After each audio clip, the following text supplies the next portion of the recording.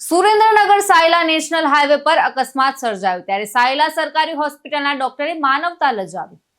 ડોક્ટરે દર્દીને સારવાર આપવાના બદલે તેને માર માર્યો. સાયલાના નેશનલ હાઈવે ઉપર બેફામ દોડતા ડમ્પર વારંવાર અકસ્માતો સર્જે છે ત્યારે એક અજાણ્યા ડમ્પરે છોટા હાથીને અડફેટે લઈ અને 100 ફૂટ ઘસેડી નાખ્યો, જેમાં 15 થી વધુ પરપ્રાંતીય મજૂરો ગંભીર ઇજાઓ પહોંચી છે. ત્યારે આસપાસના લોકો દોડી અને સાયલા હોસ્પિટલે લઈ ગયા તેમને, તો દર્દીઓની લોહી લુહાણ હાલત થઈ હોવા છતાં ડોક્ટરે માનવતા નેવે મૂકી અને સારવાર કરવાની બદલે દર્દીઓને જોડી નાખ્યા.